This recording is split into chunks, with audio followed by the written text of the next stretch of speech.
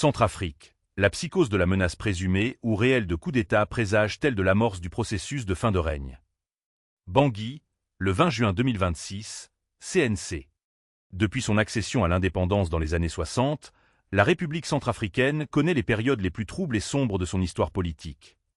En effet, la 7e République, qui en réalité est un troisième mandat illégal controversé imposé au forceps, est entrée dans une zone de haute turbulence caractérisée par la menace supposée ou réelle de coup d'État où l'on a peur de tout au point d'accuser son propre ombre ou silhouette. C'est ainsi qu'un climat assourdissant de suspicion tous azimuts s'installe avec des conséquences néfastes telles les arrestations et perquisitions arbitraires ou illégales au mépris de la célèbre notion de la présomption d'innocence, la recherche vaine des caches d'armes, des accusations de complot, des dispositifs de surveillance des élites, des restrictions des libertés publiques fondamentales, la consignation excessive des casernes militaires, des excès de dispositions. Securitaires.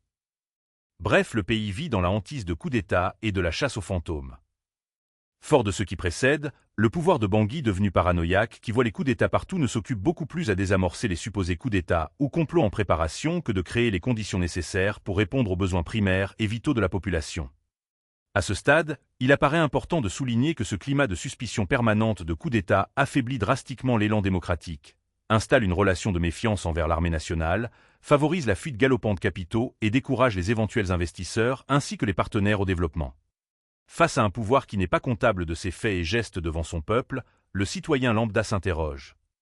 1. Qu'est-ce qui peut légitimement justifier cette psychose virale de coup d'État qui pollue l'environnement sociopolitique? 2. Les mesures disproportionnées et illégales du pouvoir de Bangui au regard de la psychose de coup d'État se sont-elles révélées efficaces au point de rétablir la situation d'antan? 3. Dans ce climat de suspicion généralisée, la réception des migrants en provenance des États-Unis ne constitue-t-elle pas une menace supplémentaire eu égard à la multiplicité de nationalités?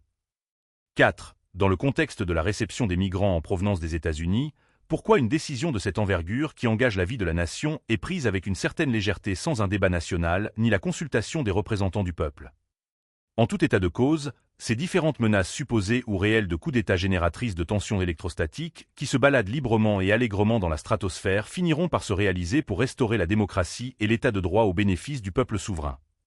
Par ailleurs, nous avons une pensée républicaine pour la sous-préfète en captivité et sacrifiée par le pouvoir de Bangui entre les mains des résistants, azandés, qui ne réclament que leur portion de droit dans la République.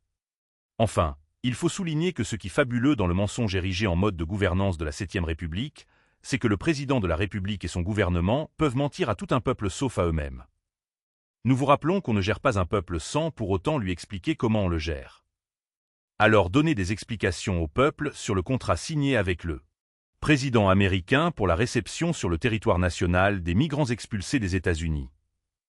En attendant que le peuple souverain plongé artificiellement dans un profond sommeil onirique se réveille et de se rendre à l'évidence que la supercherie de changement de constitution qui a embobiné le peuple avec une cargaison de mensonges était exclusivement destinée à faciliter le troisième mandat illégal. Les habitants de Limassa et par extension tout le peuple centrafricain vous signalent que l'épisode calamiteux de l'affreuse statue du président de la République associé au chapitre du gâteau d'anniversaire penché qui viole le code d'élégance et d'esthétique sont des signes avant-coureurs de déclin, de fin de règne, et de l'effondrement d'un régime construit sur de mensonges et de manipulations.